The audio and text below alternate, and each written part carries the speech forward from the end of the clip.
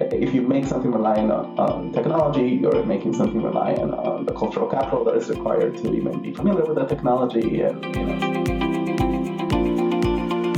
Hi, this is Dr. Jed Macosko at Wake Forest University and Academic Influence. And today we have visiting us from UCLA, Professor Omar Lizardo, who is a sociologist. So a lot of things must have changed during your career as a sociologist.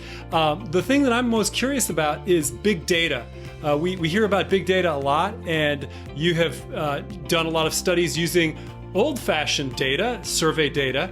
How has the new type of data change things? And from a standpoint of a sociologist, has it even changed that much? So tell us about that.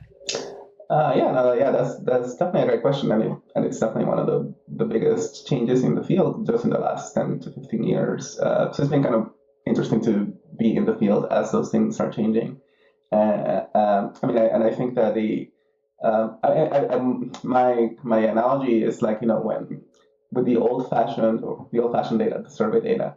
I think that they were always kind of thought of as kind of like you kind of looking at society from the top down, right? Like you take a probability sample and you try to kind of capture social trends, and it's got that aspect of it. But it always and I think with survey data, it always feels like you're at a remove, right? You get very gross kind of distributions or percentages about attitudes, etc. And I think that the kind of switching or going to this kind of more big data, even though it's called big data, is actually, I see it as more kind of like finer grained data. And that's why it's big, right? It's not necessarily it's big. It's big because it's got a lot of information, but the information is actually a much finer grain than you would get from a survey. You can get like who somebody texted at what second of the day, right? And it makes it big because there's a lot of seconds in the day, right? So I think like I feel like it's kind of like the analogy is kind of like looking at something from the very kind of top and getting kind of very broad.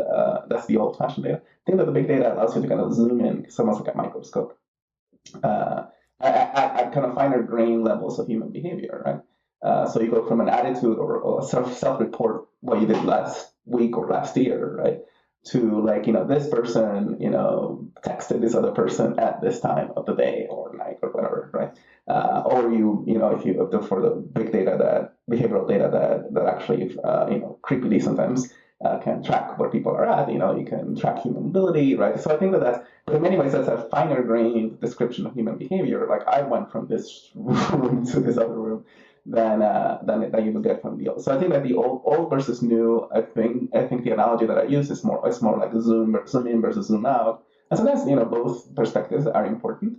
And I think that and of course in the social behavioral sciences, it's really also a move from relying on self-report data, essentially people's perception of what they do and what they want to reveal about what they do, to this kind of more behavioral third-person data, right? Which is just a lot of the so-called big data in the social sciences is really data that monitors human behavior at this very fine scale, both temporally and in terms of the scale at which things get collected. So my sense is that I feel like it's when I do research using old-fashioned data versus that, I feel like I'm moving back and forth in terms of that kind of like zoom in, zoom out on people, right? So you do use big data in your own research. Is that what you're saying? If you wouldn't mind, tell us a little bit more about that. Yeah, so I've been at UCLA for the last 3 years, which is still relatively new. But before that, I was at the University of Notre Dame for 12 years. And there, University of Notre Dame is an interesting place because it's a research university, but not as gigantic as operation as something like UCLA. So in many ways, it's kind of like a small campus, but there's a strong culture of research. In that respect, there's also less kind of strong barriers between departments. So it has a lot of interesting interdisciplinary centers. One of the ones that existed there when I first came there in 2006 was an interdisciplinary network center that was founded by now a very famous network scientist named Laszlo Barabasi, well known for lots of other things. He's now elsewhere, but I think that the interesting thing there is because it was a network center. It didn't have a disciplinary tag, so anybody who was interested in networks from biology or sociology, etc., could come in. And there I started kind of collaborating with some people that were interested in this kind of newfangled social and behavioral data as connected to kind of network analysis. And that's why I kind of started doing some projects using what now gets called big data. The earliest one had this kind of crazy. Well, then at the time, now it's not unusual, but at the time I thought it was crazy because it was essentially the entire data dump from a Spanish cell phone company that had essentially data from 6 months of all their customers, and ended up being 28 million people. And of course, if you 28 million people and the number of edges between those people ends up being like some gigantic order of magnitude higher. So incredible amounts of information, like at a very wasn't in a very fine grained scale. And I'm like, what do you do with all of that? And it's like that's not so.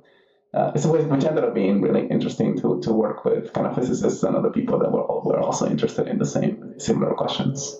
So you were working alongside a physicist with the same data dump from the Spanish telecommunication company? Yeah, the first collaboration had one physicist, Zoltan Tversky, who's still another name, computer scientist, of course, in kind of interested in data mining. Nitesh Chawla is also another name still. And then there were a couple of sociologists, myself and another colleague. And we kind of applied for a grant to kind of analyze this data from this kind of more social science oriented perspective. And, to me, it was essentially like going to grad school again, because collaborating in that sort of interdisciplinary environment, you learn not just like new ways of looking at data, but even new ways.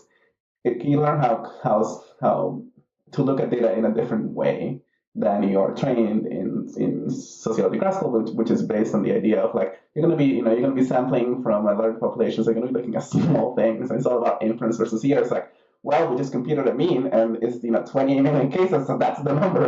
There's no so you kind of like you get out of that mode of kind of like thinking about uncertainty and much more thinking about the interpretation of very basic quantities. And so in many ways, it's a very so it sounded simpler because you're not looking at all the statistical things, but it's also more challenging because then you're forced to really kind of think about what the underlying mechanisms that generate even a very simple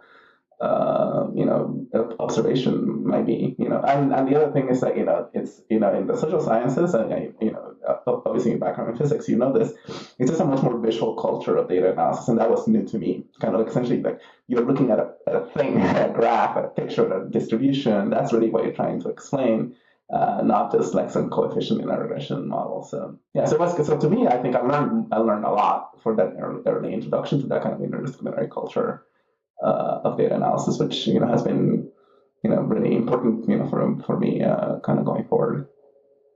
Well, I started this conversation just because I wanted to know in general how big data has influenced your field. But now we're going into this very specific case where you had this data from the Spanish telecommunications company. I want to know, what did you guys find out? And was it interesting from the sociology point of view, from the physics point of view? I mean, what are some really interesting take-home things that our audience might find interesting?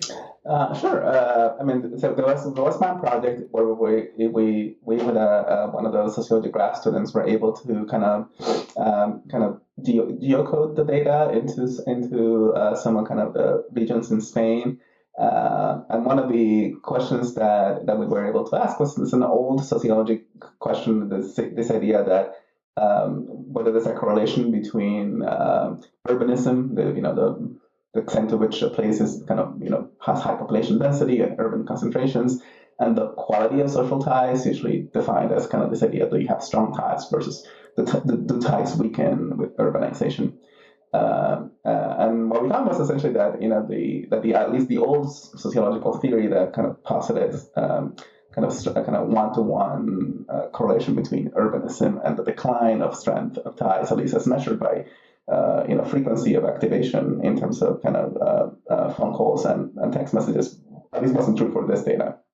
What you got was essentially either a very weak effect of urbanism, or actually the reverse, in that in a lot of urban areas, people actually had a lot of strong connections with people inside of that area. And in rural areas, you got weakening of internal ties, but strong ties to people outside of that area. So it's an interesting kind of using that newfangled data to kind of answer like a really old sociological questions that people have been asking since like the late 19th century. So that was interesting. Since the mid 19th century, people have been thinking that when you move into the city, you lose some of your close ties. Right. That's what the theory was. Mm-hmm. And the data from Spain showed that that's not true, at least if you only look at their texts and phone calls, right? I mean, that's all you had. You didn't have any data about face-to-face interactions. Right. So we were using kind of essentially just frequency and frequency of activation and intertemporal kind of differences in how often you activate a social tie as a proxy for strength. Yeah, that's right. And how do you correct for the possibility that, well, maybe the people that are in the rural areas are just meeting more face-to-face, and that does make it a significantly more close connected society in the rural areas once you factor those face-to-face ties in? How did you account for that? Right. Yeah. Because we didn't have access to kind of the more kind of face-to-face interactions. We were presuming at least that the rate of face-to-face interaction wasn't necessarily gigantically different between rural and urban areas. So that at least with the kind of the more activation of ties via telecommunications, at least that difference, right, would if there was a difference between rural and urban areas in that respect, at least it would be prima facie evidence that at least some kinds of that there's not a decline necessarily of those core ties in an urban area, presuming of course that those face-to-face interactions do remain in both places, inclusive of rural areas. And were you able to cite some other studies that show, there's not much difference in face-to-face interactions with close friends? Because I mean, one might naively assume that when you move into the city, the people that you interact face-to-face with on a daily basis are people that are not really your friends. And so there might be a bit of a loss of that close interaction, because in the rural area, if where you're from, you might have seen all your friends every day on a face-to-face basis, but it gets diluted when you go into the city. Is there any study that showed that you could kind of say, well, they're about equal? Well, I mean, yeah. So what has been shown is that, and that pattern that you're describing is more or less right, in the sense that the ties that you kind of see frequently in urban areas are not necessarily your close ties. But what has also been shown is that what happens in urban areas is that essentially you get a dislocation between the idea of strength and where your ties are located, so that you can have very strong ties even though geographically they are farther away than they would be in a rural area.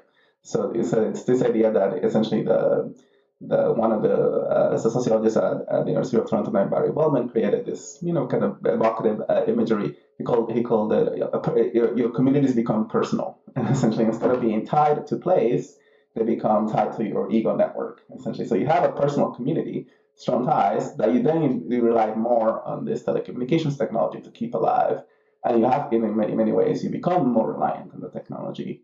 And I think that's definitely kind of part of the pattern that we were picking up with the telco data. In that we did find that urban areas had more strong ties within the urban area, which is a version of maybe of this idea of kind of dislocation of ties from place, versus in rural areas there might have been more of a correlation between tie and place that maybe also makes them less reliant on telecommunications and technology to keep alive. So your study leaves the possibility open that the theory developed in the mid-1800s was true. It still leaves that possibility that there are better, more ties in the rural areas, but it would have to be because of a huge or a significant amount more face-to-face interaction. Is that true, or have you pretty much ruled out, at least for this data, I mean, at least for Spain, that the theories of the 1800s doesn't hold true? Well, yeah, I think that half, you can probably make the case if you were to equate high quality ties with close in the very traditional sense, close, face to face, neighborly, etc. That maybe you do have a difference in that quality when you move to an urban area. But I think that if you were to the more extreme version of the theory, which is like all ties become weak and decline, etc., then that one we can rule out, because essentially what happens is you begin to piggyback on the telecommunications technology to actually keep some strong ties going. Good. So you were able to at least revise that formula from the 1800s that said every single one of your ties gets weaker. Right. You were able to say, no, that's not true. Right. Okay, well, that's really interesting. Now, this, of course, brings us right to COVID, because we're all dealing with a situation where we can see people less face to face. Have you or your colleagues studied the sociological impacts of COVID? Is it too early to do that research, or what do you think? Yeah, no, that's a great question. I think it's early. I mean, like it would have been nice if we had one of those ongoing kind of data collection projects, and like I'm sure some people probably got lucky and kind of were able to do that. We didn't do that. But I think that is an important question, because I think it's similar to this idea of kind of what happens when there's either exogenous or organically generated shock or constraint on your capacity to do face-to-face interaction, which is very closely connected to this kind of classic contrast between urban and non-urban settings. Is that urban settings themselves are kind of put impediments on face-to-face interaction. Even to before COVID, I remember I moved from South Bend, Indiana, to Los Angeles, and one of the things that my wife always said, it was just so much easier to get together with people when I lived in South Bend, because there was less driving. You were literally closer to people. Even before COVID, an urban area like South Bend, like Los Angeles, puts restrictions on face-to-face interaction that are exogenously generated by the fact that large space, driving, etc. And I think that now with exogenous shock, a completely exogenous shock is that times 1,000, which means that then I think then this substitute, right, which is this Zoom or other telecommunication, then become essentially the lifeline that you have to keep your ties going.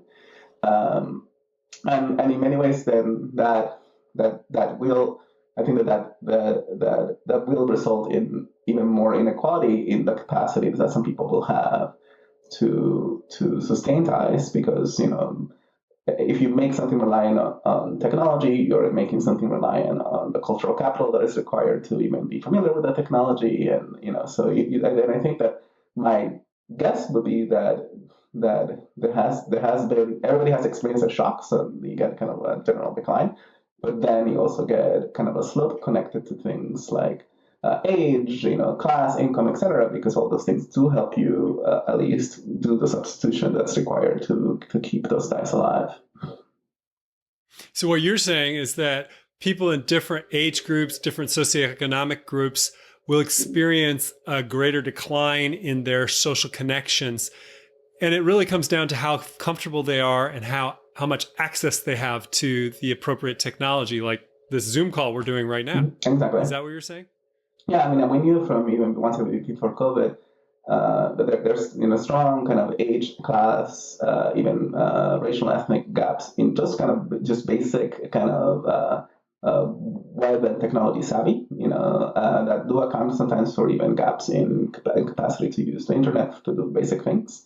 And I think if you increase, if you then make social interaction dependent on those things, then you're essentially piggybacking, right? You're taking that inequality that was purely based on instrumental use of technology, and now it becomes inequality even based on human contact and capacity to interact with people, and that definitely exacerbates things. So I wouldn't be surprised if a lot of those inequalities then get translated in terms of inequality of connectivity. And we know that even those groups, the same groups that I mentioned, are also the same groups, especially the elderly and other people, are also the groups that are also most at risk of being just socially isolated and lonely. So I think that you get an exacerbation of those dynamics, I think, through COVID. And does your own research help in some ways to undo those inequalities? I mean, you've gone into sociology because you found it interesting, but does it also give you an avenue to bring about some kind of positive change to the world around you? And maybe we can just end the interview on some of the things that you see your research as, and don't be afraid to toot your own horn here. You are one of the most influential sociologists in the world right now. So please tell us, how does your field, because it bears on all sociologists, not just your own research, but tell us, how does your research help the world? Well, I mean, yeah, that's not a question that I usually ask, but I think that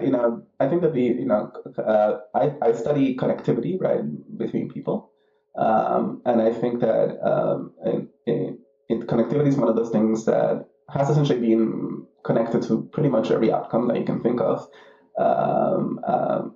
health, well-being, longevity, etc. I also study kind of cultural consumption, which I think it's kind of one of those things where people, you shouldn't think of that as a good or as a necessarily as a general good, but I think it is, mostly because I think that connecting to culture allows you to connect to people via culture, and I think that those two, in many ways, is an intimate connection between those two things. In fact, there's and I think that but I also study inequality between both those, the inequality in terms of social connectivity, which is an old, long-standing thing, and inequality in terms of cultural access and cultural consumption. And I think that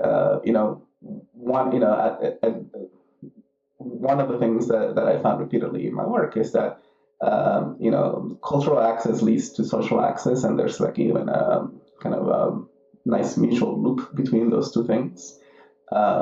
So I think that one of the projects that I'm it's my first kind of early kind of COVID related project is about what has happened to people's cultural access in the wake of COVID. And I think that so one of the ways in which some of the things that I found can be helped to change the world or to help the world is by kind of pointing out the importance of this idea of how do you make culture accessible to people, because I think that that's kind of sometimes gets overshadowed by a lot of other kind of inequalities, and usually in terms of more kind of material resources that people think about. But I think that kind of cultural access is is as important as some of those other more tangible resource inequalities. And I'm asking it precisely because a lot of that cultural access then becomes tied to your access to what sociologists usually refer to as social capital.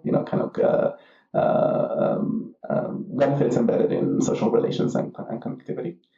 So I think one of thinking about that, and of course the social inequality aspect usually gets thought about. But I think that thinking about the connections between that and cultural access kind of becomes one of the ways in which you can make the world better by increasing general access to culture to people. And I think that that's one of those small lessons that I think from my research you can draw. So you're saying that basically we just need to give everybody access to Netflix, and then they could all be culturally accessing the world. I'm just kidding. But no, seriously, what would you say would be recommendations about increasing cultural access? Because I don't even have as a physicist, I don't even have a good idea of where is cultural access happening if it's not Netflix. Where is it? Tell us. Yeah, I mean, that's a question. So Netflix is definitely one of those things, but it's also a restricted thing. I mean, there's a lot of, for instance, because Netflix it's one slice of kind of where cultural production is happening. But if you think about a lot of institutions that are being affected by COVID, kind of like neighborhood theaters or there's a lot of that kind of cultural access that it's access to the visual arts, in addition to concerts, but also kind of broadly defined to include not just popular culture, but the old kind of symphony orchestras and kind of things that that it's an entire kind of cultural field that is produced not just in the for-profit kind of arena, but also in the nonprofit and kind of neighborhood and civic associations that produce culture. And once again, I think that is an aspect of isolation that it's a version of kind of suffering and deprivation that people are undergoing that once again doesn't get as much of the press, but I think it's ultimately important because it has strong connections to both social attachments but also other kinds of attachments. Mm-hmm. So for somebody like me who's not in social science, mm-hmm.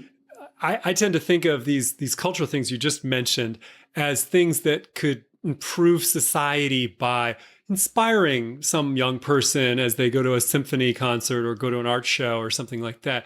And that is what helps lift society. But everything you've been saying is that as you consume cultural resources like these theater and things like that, it actually gives you social capital. And you were talking earlier about how if you talk to your caddy because they're outside of your social circle, you talk more about these sort of pop cultural things. So are you saying that if you give access to these social consumables to people who are experiencing them right now at an unequal rate, they're not getting them, if you open it up, then they can basically have more social capital because they can talk to their friends or talk to people outside of their community about more things? Is that how it works? Is that the mechanism by which they get more social capital? That's one mechanism, kind of the capacity, essentially the capacity to kind of cut across social circles or social worlds, right? Which is a version of that. There's also a version of that comes from simply just maintaining the connections that you have, essentially deepening the connections that exists in your world, right? And there's an interesting idea that I'm kind of recently been fascinated by in social psychology. This idea of like that one of the kind of core human motivations is this idea of shared reality, that when we connect with other people, we'd like to think that we share the same world, right, and share the same beliefs and whatever. And I think that one of the kind of core kind of ways in which we maintain and kind of prune our social ties is through this share reality mechanism. And one of the primary ways in which we share realities is when we share this aesthetic or fictional realities, right? That I think kind of that then become kind of a strong kind of signature for having a strong tie with somebody else. And in many ways, I think that of course, the dark side of that, right, is that when you have strong cultural divisions, people literally, consume different, cultural goods, then you get non-shared realities, right? But I think that the positive side of that is that when you have this kind of more democratically shared access to cultural goods, then you're able to break those and allow people to connect outside of their traditional social circles, which can become a good for themselves, but I think but also just a general social good too. So if you were the mayor of Los Angeles, what would you do to help open up these cultural resources to everyone so that there could be these shared realities, so that people who don't have social capital could get more social capital and lift them and their community out of some of the financial, health, economic problems that their community faces? What would you do? Yeah, you shouldn't don't fantasize about having political power, but I think that in many ways, kind of accessibility goes just beyond economic accessibility, right? I think obviously that's an important one. So so I like the fact that a lot of the museums and other things in LA are free. But I think that you also have to make them accessible in a way that makes them less kind of like class marked in the sense of kind of seemingly like there has to be like an accessibility barrier, right? I think connecting to people's already kind of folk cultures and tastes, for instance, is to make those connections between the music that gets played at a symphony orchestra beyond the traditional canon, right, to include other forms of cultural expression become important, because that makes that art form more accessible. And the same thing with visual arts and other forms of culture. I think that also becomes more accessible if you connect with the already existing culture that people have, right? And I think that I would say that kind of like in terms, especially kind of a place like Los Angeles that has such a already kind of vibrant kind of multicultural tapestry of people, right? I think that going beyond kind of the traditional kind of canon and that sometimes gets that a lot of this kind of cultural organizations get stuck with, would be an important kind of way of increasing accessibility, of signaling that you're accessible. Yeah, well, this is fascinating, and I can see there'd be many more things you could do as mayor of Los Angeles, but I can see which way you're going with that, and I think it's wonderful, and I really think it's fascinating the perspective and the helpful tools that a sociologist can provide to society to help our society become a more fair, equal place. So thank you for sharing all of this today. It was absolutely fascinating. I really appreciate you taking the time. And I look forward to hearing all the other great things that you do with your career. Sure. Yeah, thanks. Thanks for having me.